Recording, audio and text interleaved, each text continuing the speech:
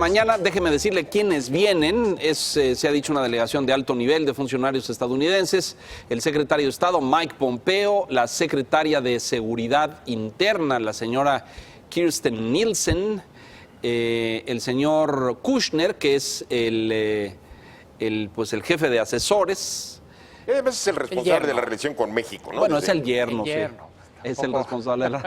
Es más fácil. Este es el esposo de Ivanka. Y el señor Steven Mnuchin, secretario del Tesoro. Expectativas de esta visita. A lo mejor debiéramos dividirla porque van a ver al presidente y van a ver al vencedor de las elecciones. Este es el recorrido de lo que hacen. Por supuesto, ya hubo hoy y desde ayer, se imaginará usted, recorrido del servicio secreto de los Estados Unidos y personal de la embajada. Aterriza a las 10 de la mañana en el hangar presidencial. De ahí se trasladan a la residencia oficial de Los Pinos, donde se reunirán con el presidente de México, el señor Enrique Peña Nieto. De ahí van a la embajada de los Estados Unidos, donde tendrán una reunión de trabajo y... No con el embajador, porque no hay. No hay embajador, pero hay encargado de negocios. Y después van a la casa de campaña de Andrés Manuel López Obrador, las oficinas del candidato electo, del candidato vencedor, no declarado aún presidente electo, y después a la Cancillería, a la Secretaría de Relaciones Exteriores, frente a la Alameda, donde tendrán una reunión con el canciller Videgaray y esperamos ahí pues algún comunicado, alguna conferencia conjunta. Son dos niveles de comunicación y son dos trabajos, ¿no? Se van a ver con el gobierno en funciones y con pues el futuro jefe del Ejecutivo. Que yo recuerde, quizás ustedes tengan mejor memoria para este propósito, no había habido una visita de una delegación de este nivel con un candidato ganador, ni siquiera con un presidente. Tú podrás decirlo mejor, pero yo no electo. recuerdo, es inédito completamente. Generalmente el presidente electo o visitaba, ocurrió en el caso del sexenio pasado, sí, cuando Peña Nieto visitó a Obama. Y Felipe Calderón vio a George Bush también. En Mérida. Así es. Vino George Bush en octubre, por ahí así. Ya declarado Felipe Calderón presidente electo, pero no hubo una reunión previa de un equipo de este nivel, de esta estatura, como el que va a venir mañana. Ese es un primer hecho inédito. Y lo segundo es el contexto. Bueno, veíamos ya en qué bronca se está metiendo el señor Trump por otros lados del mundo y en el contexto de una negociación del Tratado de Libre Comercio que está suspendida, que se quedó en stand-by antes de las elecciones en México y que todo indica que se va a reanudar. Entonces, hoy el señor Mnuchin declaró que uno de los temas centrales de esta visita es la negociación del Tratado de Libre Comercio. Evidentemente no va a ser el único, por los funcionarios que vienen hablarán de seguridad también. Claro. ¿Expectativas? Yo creo que es una visita muy, muy delicada. Pensando en las proclividades del señor Trump, yo no dudo que tengan como encomienda, a ver si lo convencen, preferimos un tratado bilateral, hombre, ahí empújenle, pues es mejor nada más nosotros dos.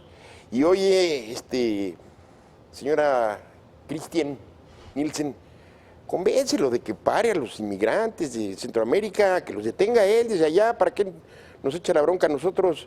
En una de esas hasta lo convences de hacer un muro.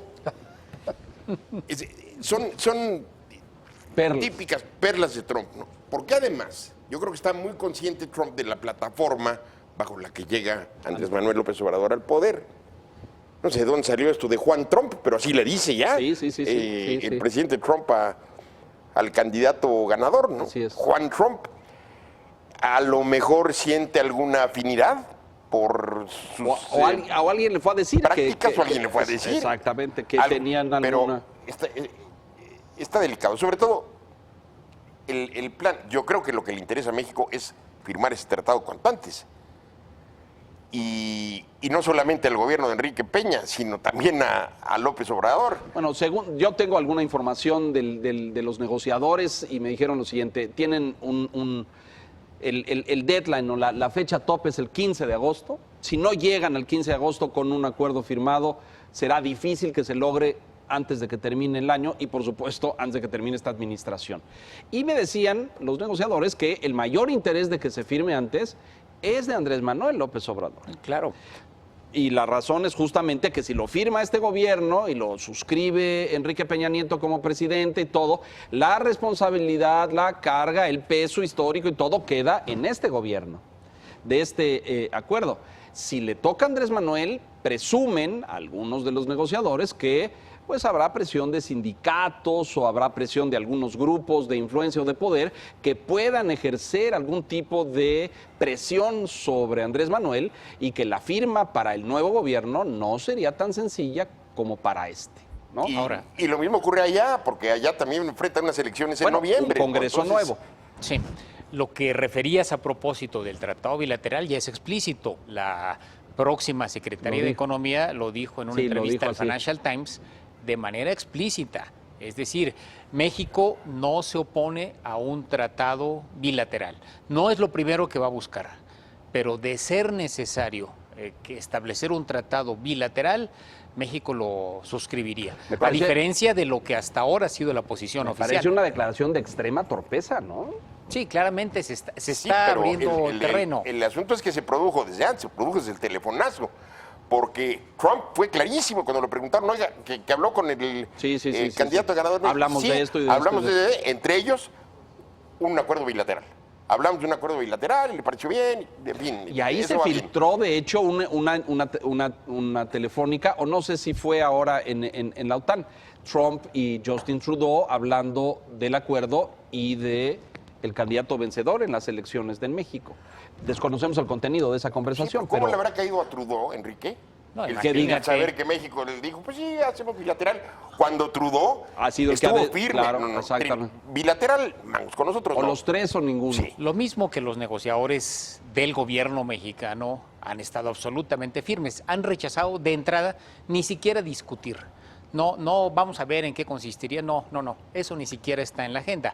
Ya se puso, porque también habrá que ver qué pasa con la interacción entre los negociadores actuales y el equipo de López Obrador. Va a ser interesante a ver qué sucede. Y el otro tema que referías, bueno, ya también se anunció la Border Patrol mexicana. Así es. Es decir, que tampoco va a ser vista con malos ojos si hay una policía fronteriza en México que también contribuya al control de los migrantes ilegales. Es para el sur, ¿no? Para la frontera sur, sí, básicamente. Para la frontera con Guatemala, yo creo, ¿no? Claro, para detener ahí a los migrantes centroamericanos. Uno supondría, no creo que por ahí vaya la cosa. En la frontera norte. Vamos a ver qué nos dice el señor Seade, el presunto nuevo negociador del gobierno entrante, Jesús Seade. Estará por aquí con nosotros en los próximos días, lo vamos a entrevistar en el Financiero Bloomberg y a ver qué nos dice de estas posturas, pero sí es muy delicado que una presunta próxima integrante del gabinete haga una declaración de un acuerdo bilateral cuando todo el acuerdo con Canadá y México ha sido vamos juntos en esto, ¿no? Sí, es un cambio completo de estrategia. Pareciera que de estrategia y de relación, no sé cómo lo perciban ustedes, pareciera que la posición de los integrantes del equipo de López Obrador es necesitamos un acuerdo a como dé lugar y necesitamos una buena voluntad del gobierno de Trump. ¿Qué nos cueste eso si el tratado bilateral, si la policía fronteriza? Bueno, pues ponemos ese costo. Pero fíjate, me parece muy importante lo que dice Enrique, porque ya lo contará la historia y vamos a ver en qué concluye todo esto. Pero sería, me parece, cuando este grupo ha defendido y ha criticado de entreguista a los Estados Unidos y al gobierno de Trump, al actual gobierno, ceder en todas estas cosas sería una contradicción gravísima, ¿no? Gravísima, y además sería caer en lo que por años, por décadas, López Obrador ha acusado a los gobiernos de la República, ¿no? De entreguistas, claro, de doblarse ante todo lo que quiere Estados Unidos. De ceder a todas sus presiones, sí, exacto. Ya varios integrantes de Morena expresaron severas quejas en Twitter porque consideraron que la irrupción del servicio secreto de los Estados Unidos a su casa de campaña, que es donde se va a hacer la reunión, les parecía una invasión. Exactamente, ¿no? ¿Cómo? Es soberanía nacional, nos están alterando la soberanía. ¿Lo han puesto en Twitter? Sí. Qué chistoso. ¿Qué esperaban? Que viniera el secretario de Estado de Estados Unidos, que es el número 2 en la administración de ese gobierno, y que no hubiera seguridad. En fin, bueno, déjenos hacer una pausa y regresamos a conclusiones. Gracias.